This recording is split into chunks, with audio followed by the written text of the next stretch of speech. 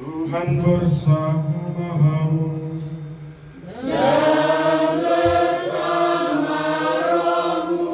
Inilah Injil suci menurut Matius.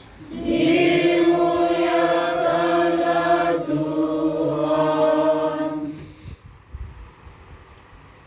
Sekali peristiwa, Yesus bersabda kepada ke-12 muridnya, "Siapa saja yang mengasihi bapa atau ibunya lebih daripada mengasihi aku, ia tidak layak bagiku.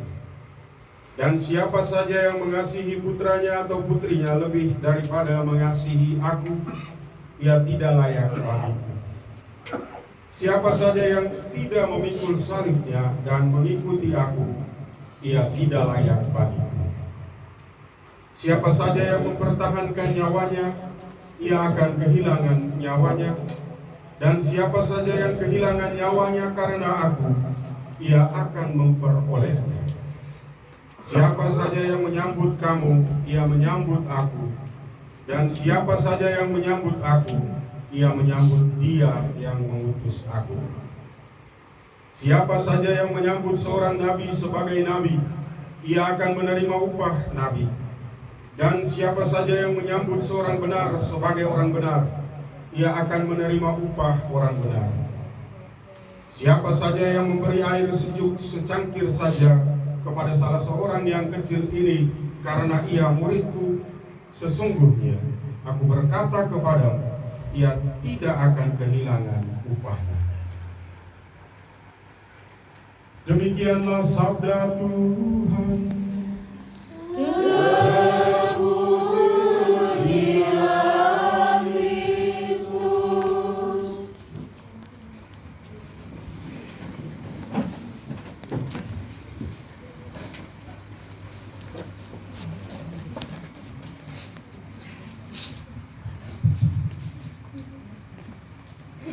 Satu pertanyaan untuk kita.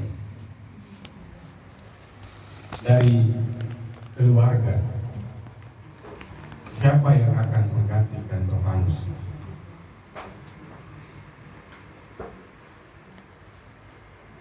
Dari teman-teman sejawat, guru dan para pelayan di gereja, siapa yang mau menjadi seperti dia?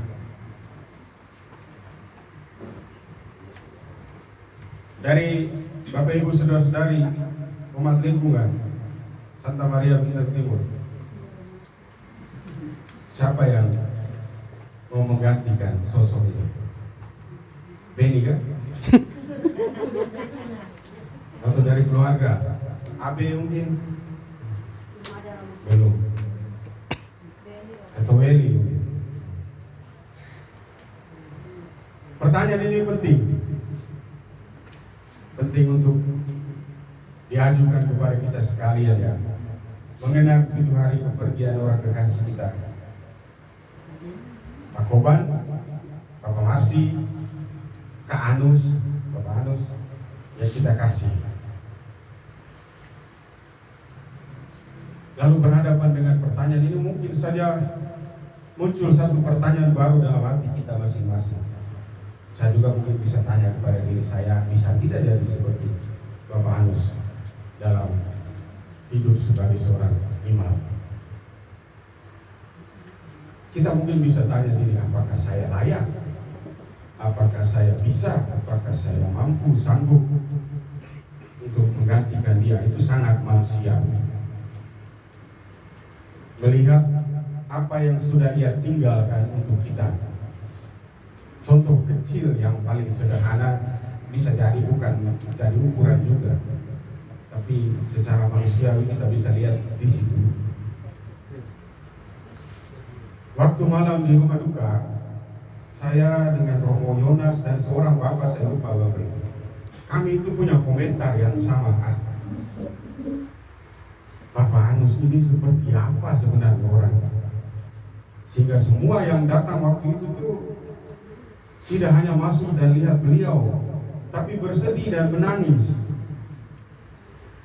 Semua yang masuk melayat, tidak hanya sekedar mau masuk dan lihat, tapi semuanya tunduk dan menangis. Kira-kira seperti apa sih orang? Lalu Bapak itu komentar, iya Romo. Lalu muka lain semua. Maksudnya bukan orang kami dari sana, bukan orang Flores, bukan orang Batak, beda semua orang. Itu sesuatu yang luar biasa. Sesuatu yang luar biasa. Beberapa orang dalam postingan-postingan mereka juga mengomentari hal yang sama. Bahkan ada saudara yang bekerja di situ bilang, sudah beberapa tahun ini baru kali ini loh orang sebanyak ini. Maka pertanyaan tadi menjadi penting. Siapa yang mau paling tidak meneruskan apa yang ia tinggalkan ini? Saudara-saudari yang terkasih, kalaupun kita akhirnya merasa tidak sanggup, tidak layak untuk beri diri sama seperti yang sudah dilakukan oleh orang kekasih ini, maka kita lihat bersama pesan bacaan hari ini untuk kita. Seorang perempuan disebut kaya bersama dengan suaminya menerima Nabi Elisa dalam rumah. Dasarnya sungguh sederhana, lahir dari pemikiran yang boleh kita bilang sangat sederhana. Mereka tahu bahwa Elisa itu abdi Allah, abdi Tuhan, maka mereka mau terima dia. Bahkan dikatakan setiap kali Elisa datang mereka terima. Mereka mau buat itu untuk Tuhan. Dan mereka percaya bahwa di dalam keramah tamahan dan hospitalitas yang mereka tunjukkan kepada Elisa, di situ terungkap pula iman mereka kepada Allah. Mereka ungkapkan iman dengan ramah tamah dan penerimaan yang luar biasa, sederhana tapi luar biasa. Di sini kita boleh lihat bahwa sebenarnya alasan yang paling utama mereka sampai buat demikian itu Tuhan Allah sendiri, bukan pribadi Elisa itu.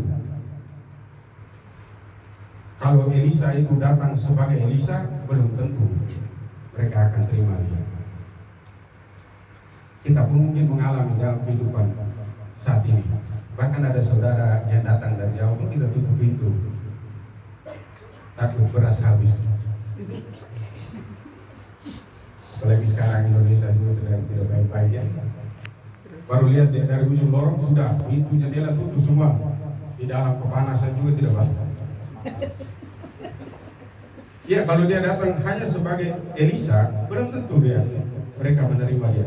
Tapi karena dia datang sebagai abdi Allah, maka yang penting itu Tuhan Allahnya,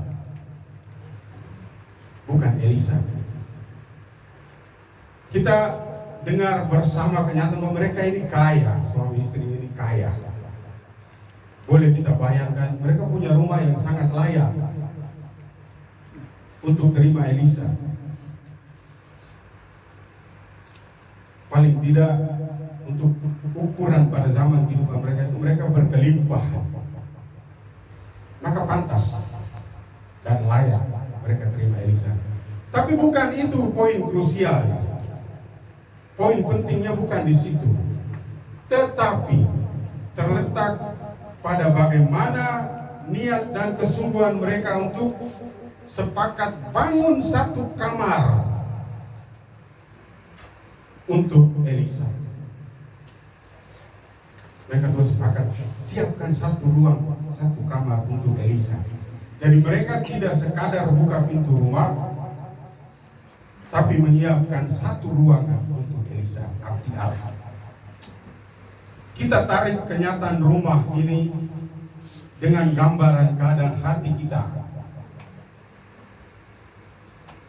Bukan yang menjadi soal itu betapa besar hati kita, betapa lapang dan luasnya hati kita, tapi apakah ada ruang untuk Tuhan atau tidak di sana? Apakah ada ruang untuk sesama atau tidak di sana? Apakah ada ruang untuk karya-karya pelayanan, karya-karya kasih, karya-karya baik di sana. Apakah ada ruang untuk lingkungan alam semesta atau tidak di sana? Kita boleh berkata, oh saya punya hati yang lapang, tapi isi dengan apa hati itu? Saya punya hati yang besar, tapi apa isi di dalam? Kita ingat sepasang suami istri yang kaya ini tidak hanya buka pintu rumah, tapi siapkan ruang untuk Tuhan. Kita pun diajak untuk belajar, tidak hanya buka rumah, buka hati kita, tapi siapkan ruang khusus untuk Tuhan tinggal dan berkarya dalam diri kita. Maka apakah sekarang masih bertanya, saya layak atau tidak untuk menggantikan atau meneruskan karya-karya yang ditinggalkan oleh orang kekasih kita Pak Anus, Pak Marsi, Pak Koban itu? Apakah kita masih bergelut dengan pertanyaan itu, atau mau bentengi diri dengan pertanyaan itu supaya lari? Orang percaya dari ketua lingkungan tidak mau, Aisyah tidak layak. Orang panggil untuk kur, saya suara itu bagus. Coba tes keluarkan speaker. Oh pagi-pagi. Orang offer buku supaya pimpin doa malam ini. Jangan, biar itu saja, ibu itu atau bapak itu saja. Apalagi kalau orang minta untuk urus ini dan urus itu. Kita selalu dengan benteng itu. Saya belum bisa. Saya tidak mampu.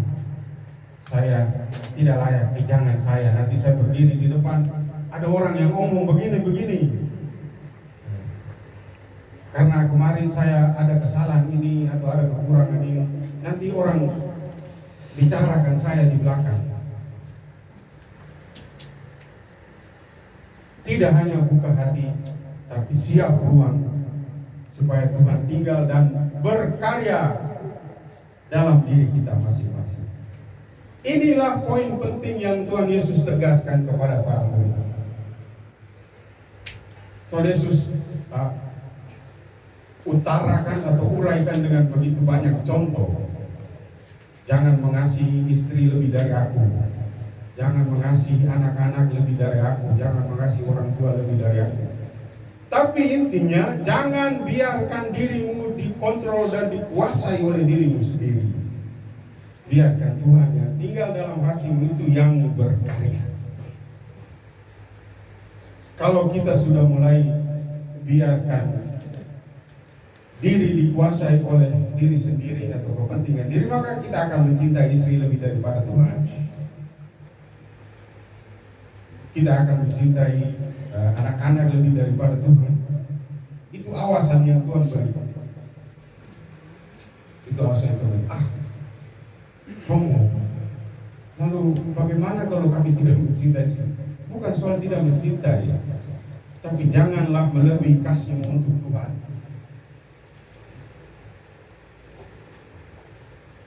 Janganlah melebihi cintamu untuk Tuhan. Kita biarkan Tuhan yang tinggal dalam hati kita itu menguasai seluruh diri kita, seluruh pemberian diri kita. Biarkan kehendak Dia yang terjadi. Maka kita semua ini pantas dan layak menjadi murid-murid. Kalau semuanya berujung dengan pantas dan tidak layak, namanya kamu pikir romo-romo semua itu layak dari ukuran manusia? Tidak, pasti ada yang punya celah dan salah. Tapi kita pantas dan layak untuk Tuhan. Itu ukurannya beda. Karena apa? Bukan kita yang berkarya, tapi Tuhan yang tinggal dalam diri kita berkarya. Maka karya dan pelayanan kita itu akan inklusif. terbuka untuk semua, tidak pilih-pilih. Saya mau ke sini karena dia baik dengan saya, tidak. Saya mau bantu dia karena suatu saat pasti dia bantu saya, tidak. Bukan arisan. Melayani, karya kasih, karya baik itu bukan arisan. Ada hitung-hitungan, tidak.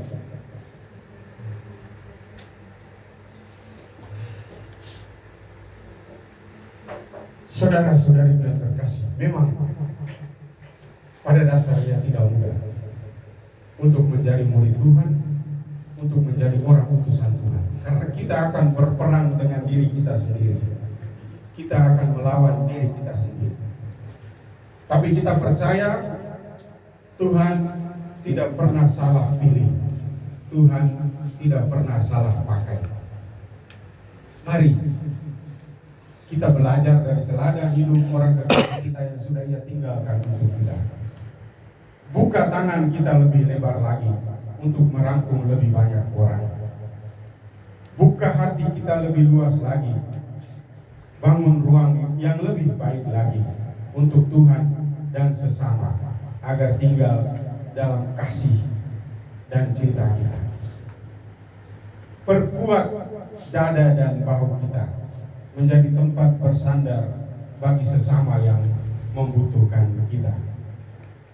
Dan tetap teguh dalam iman, karena yang panggil kita adalah Tuhan yang Maha Kuasa, yang pasti akan selalu membimbing langkah hidup kita setiap hari. Dan ini pasti Beni semakin mantap ya untuk siap. Atau Bapak Simon ganti Romanus.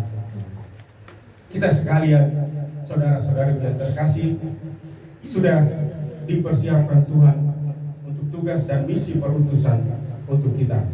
Kita bawa nama Tuhan yang mulia, karyanya yang Maha Kuasa ke tempat di mana saja kita berada, kita hidup dan berkarya, kepada semua orang di mana saja kita jumpai mereka, kita hidup bersama dengan mereka tanpa pilih-pilih. Semoga Tuhan Yesus yang memanggil kita selalu bersama kita. Amin.